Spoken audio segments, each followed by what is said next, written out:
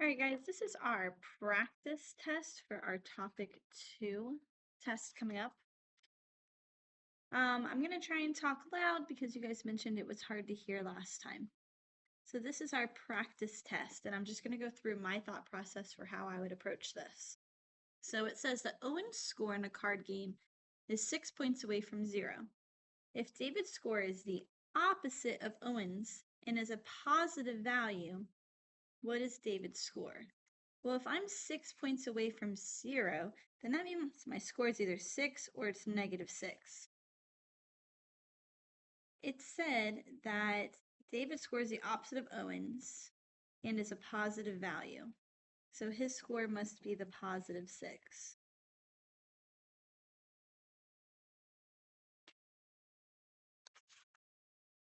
Next, we have 2 cities had a low temperature for the day of 10 and 5 degrees below 0.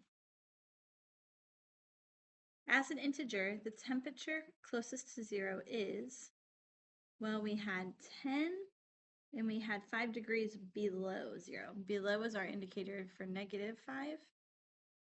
It says which one is the closest to 0? Well, if I had a number line and I had 0, I'd have to go 5, 6, 7, 8, 9, 10 spaces to get to 10, and 1, 2, 3, 4, 5 to get to -5. So -5 actually is closer than the 10 is when it comes to being closer to 0. For number 3, it says for the number line shown, which statement is not true? If I look at 0, this D is to the right of it. That's a positive number. I'm going to say that's 2. I'm just guessing. That's 2. On the other side, the C is on the negative side, but it's a lot further away than the 2 is, so maybe that's -2, -4. Maybe this is -6. So I like to just assign it a number that makes sense for the number line. So if I found the absolute value of D less than the absolute value of C, is that a true statement?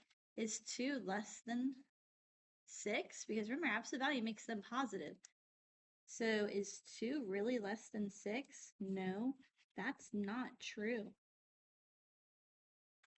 I could have checked this one. The absolute value of C, so if C was -6, is less than the D with no absolute value. Well, the absolute value of 6 is 6, less than 2. Ah, does anybody see my mistake? That was silly of me. 2 is less than 6. And I went through things that are not true. This was true.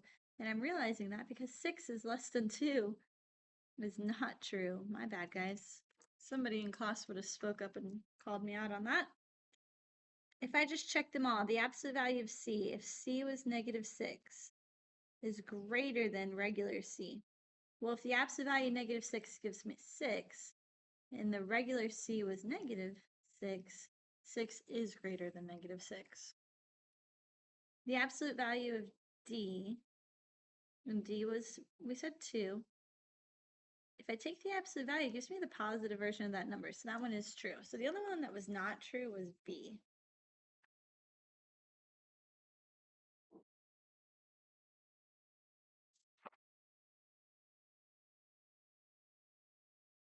All right, I'm just looking at my test to make sure I'm doing things that match up.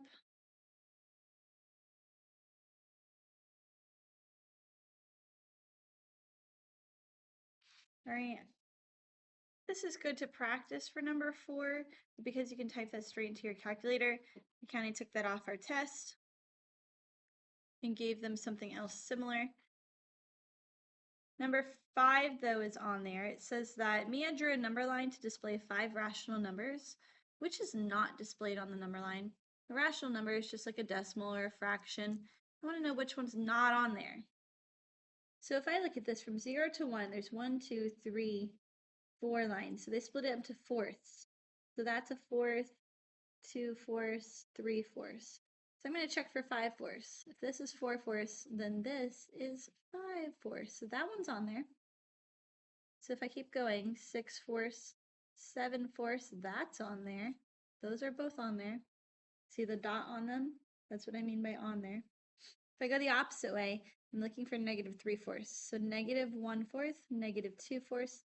This is negative 3/4. So that happens to be the one not on there. I'm going to double check the 9/4. Negative 4/4, negative 5/4, negative 6/4, negative 7/4, negative 8/4, negative 9/4. And all the ones we practiced in class broke the number lines up by a fourth, so we should be set for that. Number 6, our textbook taught us that if we have this double negative to change it to a plus sign, so this is negative 17 plus 7, which our book then taught us if we have different signs, we actually go to the side and subtract them and keep the sign from whichever one would have had the bigger absolute value. So if I took the bigger absolute value, it would be the 17. So my answer is going to be a negative 10. You can also double check yourself in your Desmos calculator is what I have recommended to everybody.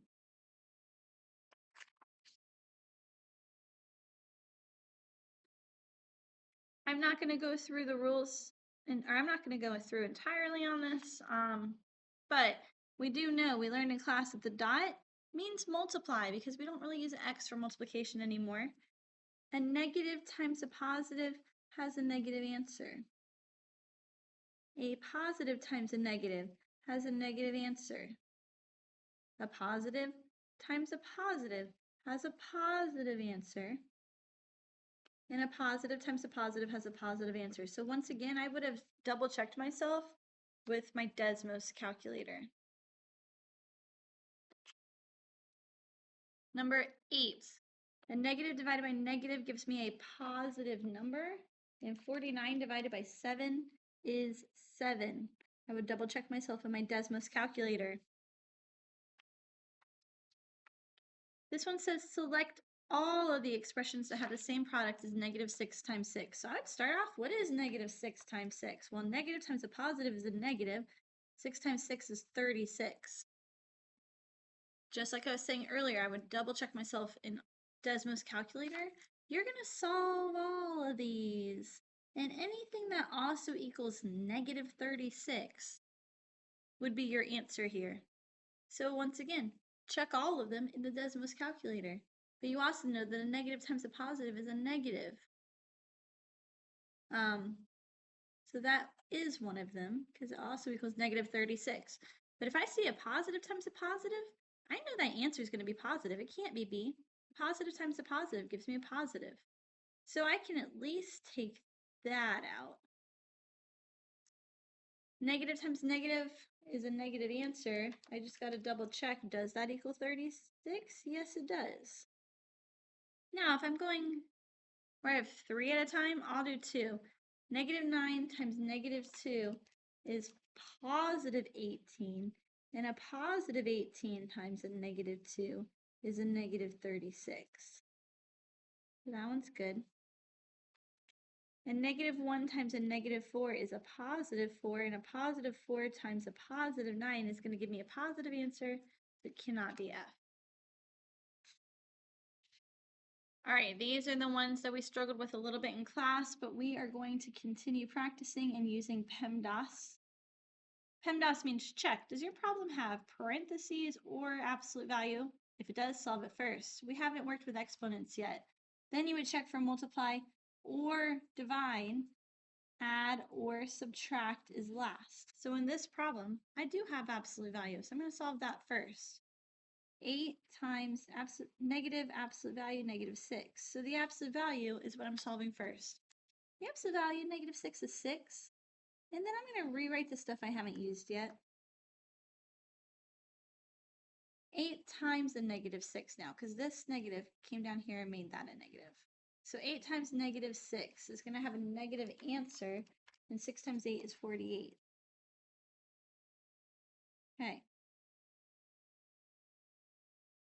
I'm going to rewrite the next one. Starting inside the absolute value lines, because that's what PEMDAS tells me to do first. 20 divided by negative 4 is going to have a negative answer. And 20 divided by 4 is 5.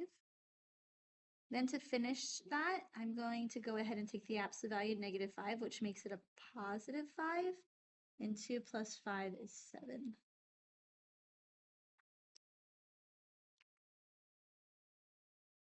We spent a lot of time on this in class, so I'm not heavily explaining my steps here. But I am always starting with absolute value, and if there's something going on inside of it, I got to solve that first. 10 times -5 is -50. Rewriting the 4 minus, I hadn't used that yet. Finish my absolute value. The absolute value -50 is 50. Bring down my 4 minus, I haven't used that yet. 4 minus 50 is -48. Ooh, that makes me uncomfortable that I got 2 with the same answer.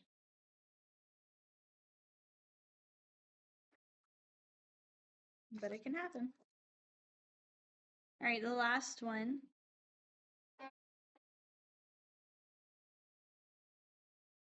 I gotta take my absolute values first. So that makes them both the positive version. Unless, of course, I have an absolute value symbol on the outside. And 48 divided by 12 is then 4.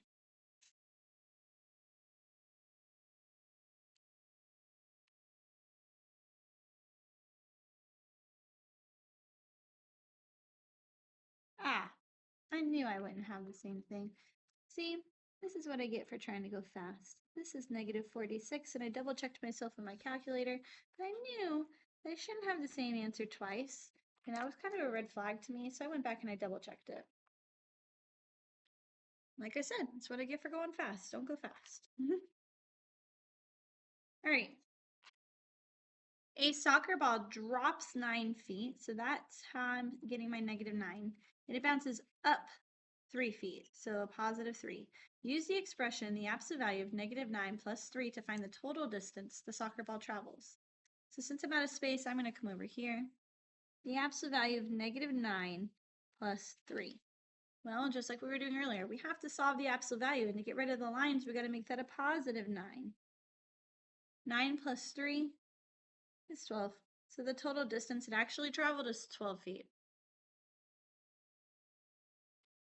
All right, and my last one on my practice. The table shows the elevation of 4 cities. Which city is at the lowest elevation?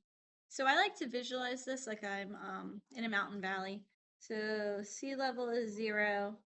There is a mountain, a valley, and a mountain. Notice the valley is negative. So if this is 0, then these cities that are down here in the valley are negative. So city B is up here is positive somewhere 108. City A, maybe that's down here, -124, -112, and +132.